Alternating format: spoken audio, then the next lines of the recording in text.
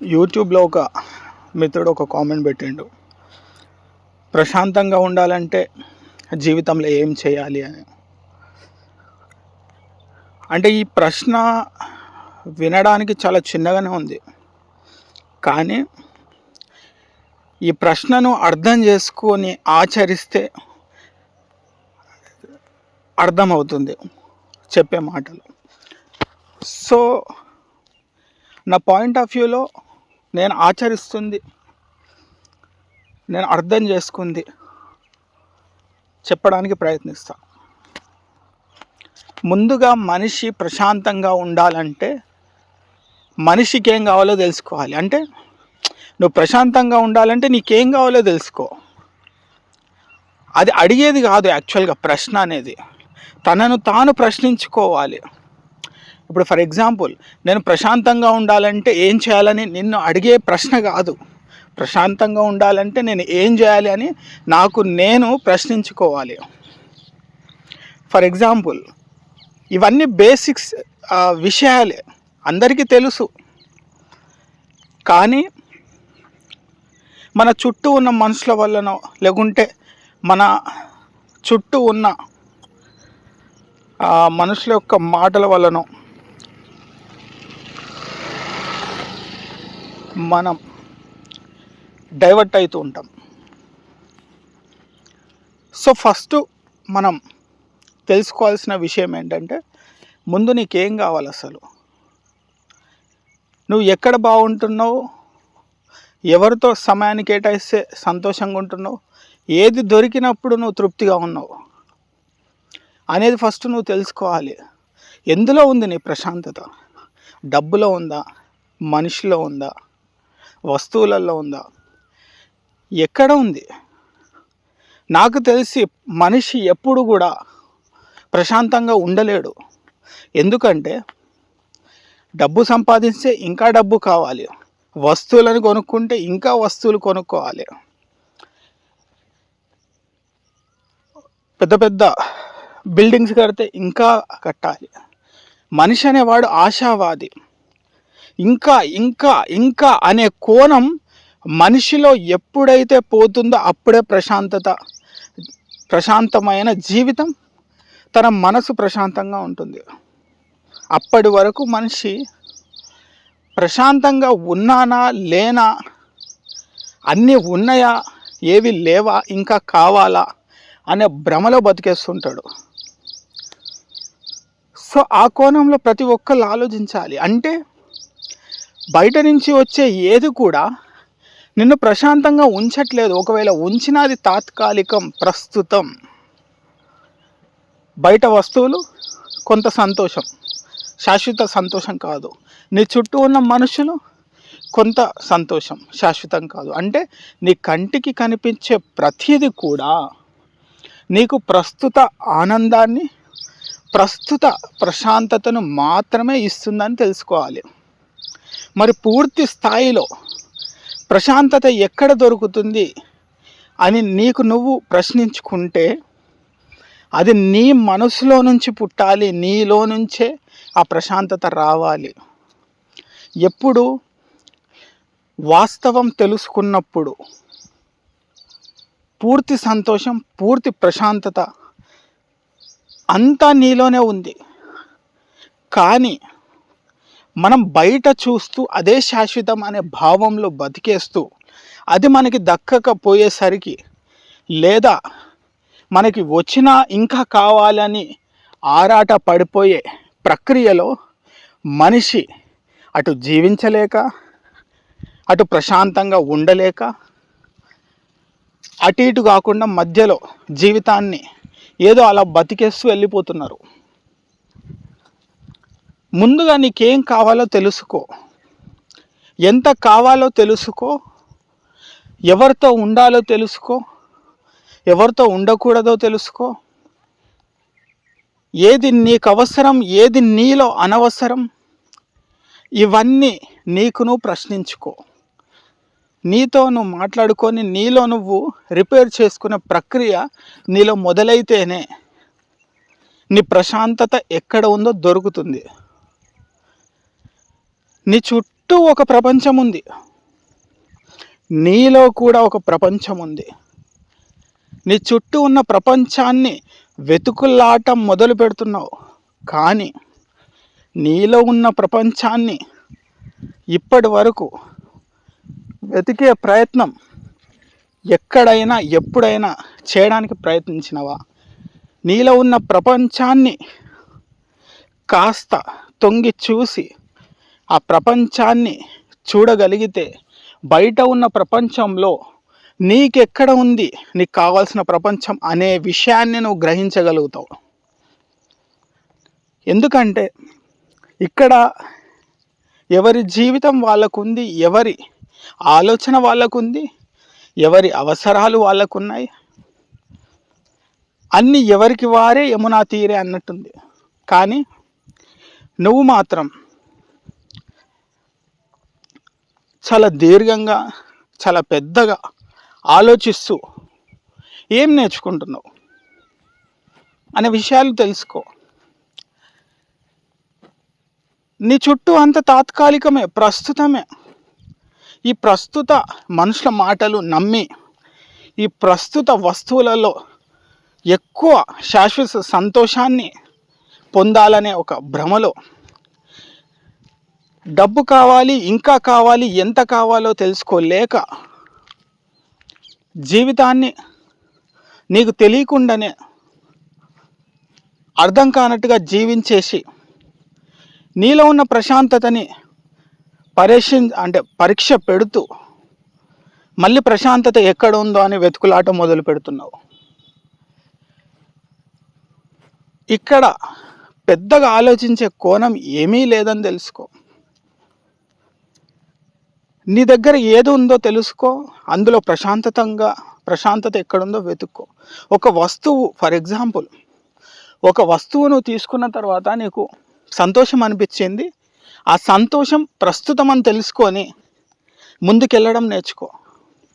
ఒక వస్తువు నీ దగ్గరికి రాలేదు, నీకు దక్కలేదు అని నీకు తెలిసినప్పుడు అదేమి శాశ్వతం కాదని తెలుసుకో.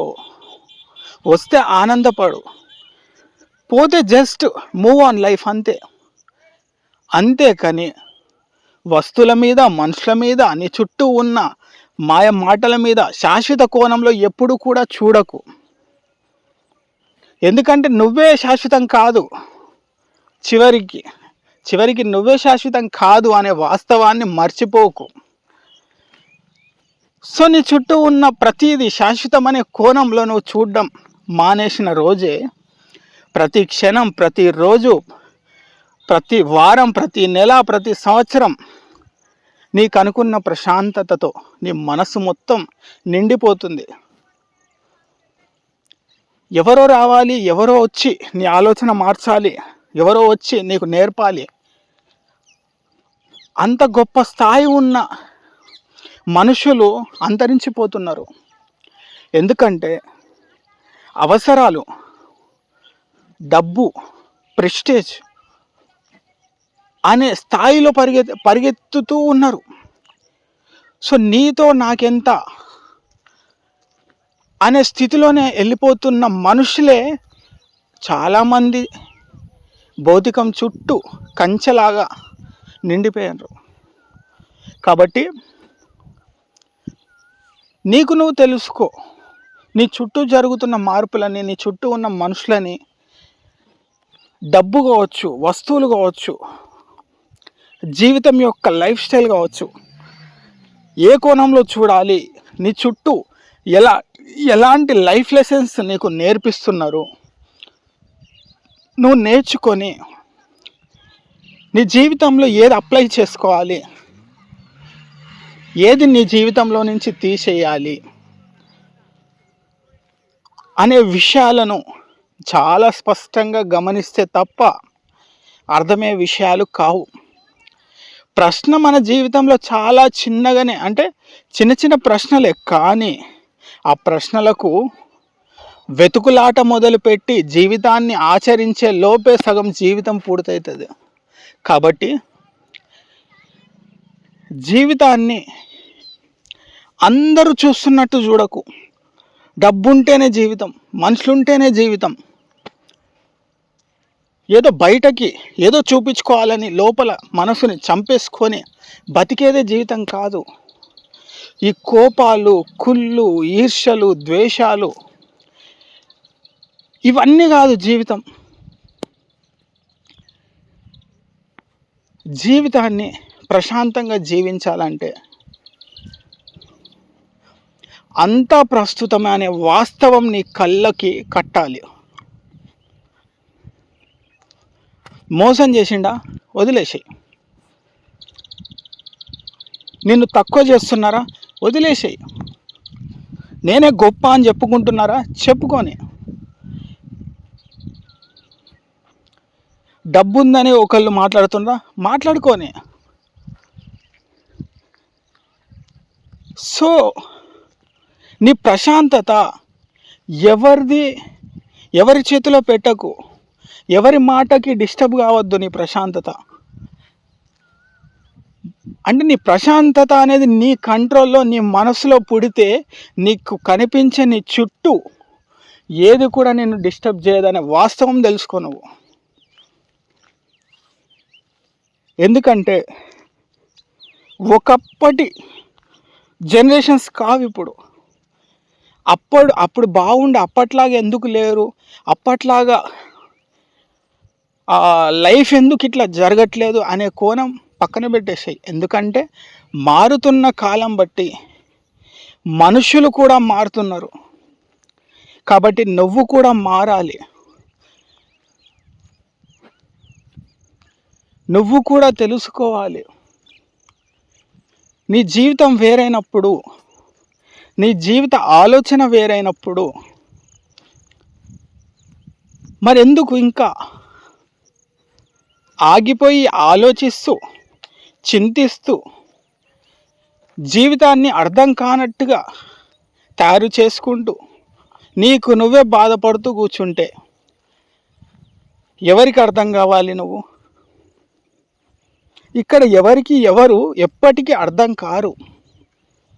అర్థమవుతున్నామని చెప్తారు అంతే. ఎందుకంటే ఎవరు అర్థమే కారు.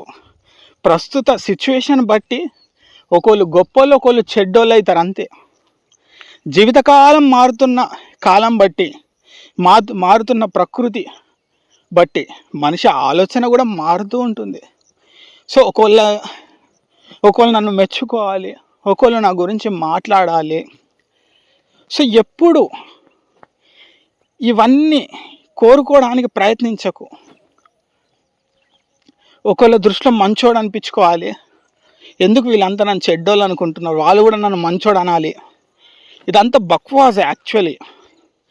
ఇదంతా టైం వేస్ట్ పంచాయితీ. నీ జీవితం నీకు తెలుసు. నీ జీవితం ఏంటో నీ చుట్టూ ఉన్న వాళ్ళకి తెలిస్తే నీ వెనకాల వస్తారని కూడా తెలుసుకో. అందరికీ నువ్వు సమాధానం చెప్పుకుంటూ కూర్చుంటే నీ జీవితాన్ని ఎప్పుడు జీవిస్తావు? సో ఎవరి జీవితంలో వాళ్ళు బిజీ అయిపోయినారు. ఎవరి జీవిత ప్రయాణంలో వాళ్ళు వాళ్ళ యొక్క పాత్రని పోషిస్తున్నారు. కానీ కేవలం నువ్వు మాత్రం ఆగి ఆలోచిస్తూ అర్థం కానట్టుగా జీవించేస్తున్నావు. కాబట్టి ప్రపంచం చాలా పెద్దది, జీవితం చాలా చిన్నది. మనం ఉన్నా లేకున్నా ఈ ప్రపంచంలో చేయాల్సిన కార్యక్రమాలు చేసుకుంటూ వెళ్ళిపోతాయి. కానీ ఈ చిన్న జీవితంలో నువ్వు అనుకున్నట్టుగా జీవించకపోతే ఆ చిన్న జీవితంలో కూడా ఇంకా జీవించేం లాభం?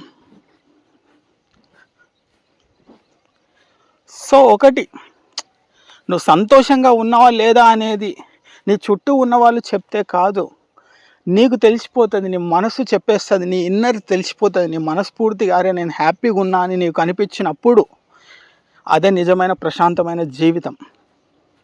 నీ చుట్టూ ఉన్న వాళ్ళు అరే ఫలానా అతను చాలా హ్యాపీగా ఉంటాడు, వాళ్ళకి ఏం తెలుసు? నీ మనసు లోపల నువ్వు ఏం ఆలోచిస్తున్నావు ఏం తెలుసు? నీ ఆలోచన ఎలా ఉంది, నీ మనసులో నిర్ణయం ఎట్లా ఉంది, నీ జీవితం ఎలా చూడాలనుకుంటున్నావు అనేది నీ చుట్టూ ఉన్న వాళ్ళకి ఏం తెలుసు? అంత టైం ఎక్కడుంది? సో నీ మనస్ఫూర్తిగా నీ యొక్క ఆ ఆనందం అనేది నీకే తెలుస్తుంది. అలా నీ మనసు ఆనందపడే పనులు చెయ్యు. నీ మనసు హ్యాపీగా ఉండేలా చూసుకునే ప్రకృతిలో జీవించు. అదొక్కటే తెలుసుకో.